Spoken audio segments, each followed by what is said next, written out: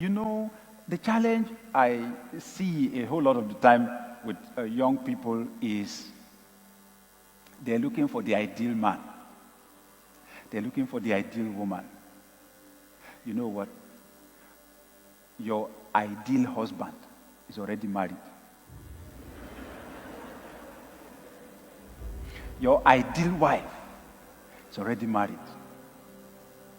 That's why some people fall in love with married people. They're not married yet, but they fall in love with married people. You know, because, oh, he's such a nice man. Oh, such an ideal man. He has a good job. He has money. He has this. He's so nice. He's so kind. Wonderful. You know, a lot of the time, this guy who looks perfect or this lady who looks perfect was not like that when he or she got married.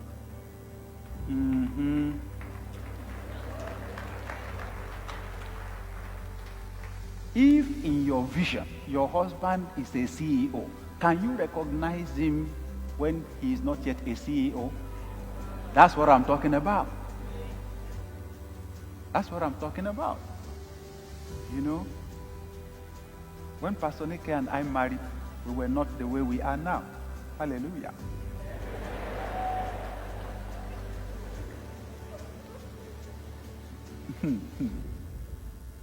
It has taken investment. and you know, this is why I have an issue with guys who are always almost turning bachelorhood into an institution. What's the big deal? There are lots of people around town who are not getting married because they want to be able to get a mansion, you know, and to have some money and to have some cars. How can you marry a girl when you are not yet set? I mean, financially, you know, they already have a job.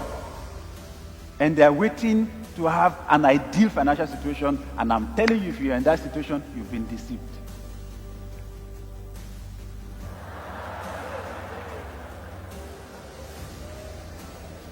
What a lady needs is not a perfect man in the present. This thing is about 10, 20, 30, 40 years' time. What she needs is a man who has a vision, who can define exactly where he's going and who he's going to be. That is what defines the kind of a wife he should marry.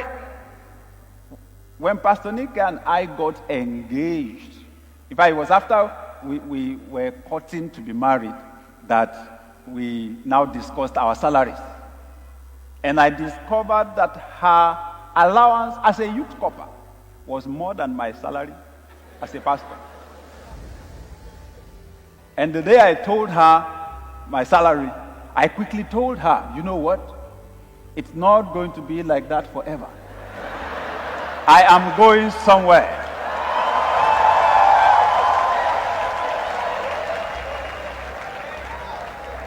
I described the future for her and told her, you know what? In fact, even though we will help each other at the beginning, but there's coming a time when I will ask you to keep your salary, keep your pay. I will bear the responsibility for this family fully.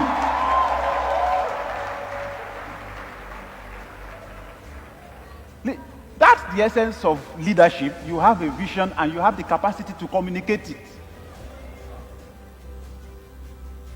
You should be able to sell your vision to a lady.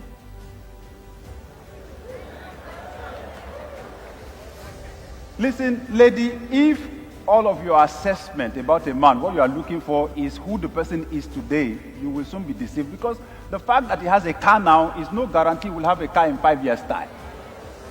Marriage is largely, listen, making a choice for marriage is largely a matter of intuition. Some people, all they think about is the wedding day. One day, they invest all their thoughts, all their energy, all their preparation. One day, the wedding day. My wedding. The gown will come from Singapore. If you okay, so on the wedding day, then the pastor says, say after me, and then you say, I do. So after that, what next?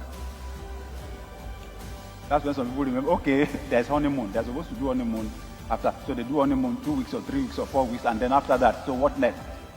Nothing, no idea, because all they were thinking about was a wedding. Somebody gave us a book when we were preparing to get married, titled, After Every Wedding Comes a Marriage.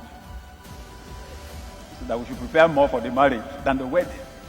Okay, so that's the point. Who is this person going to be? And I'll tell you this.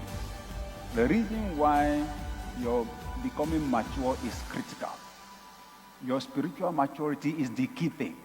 Your greatest asset in finding someone to marry is your ability to hear from God.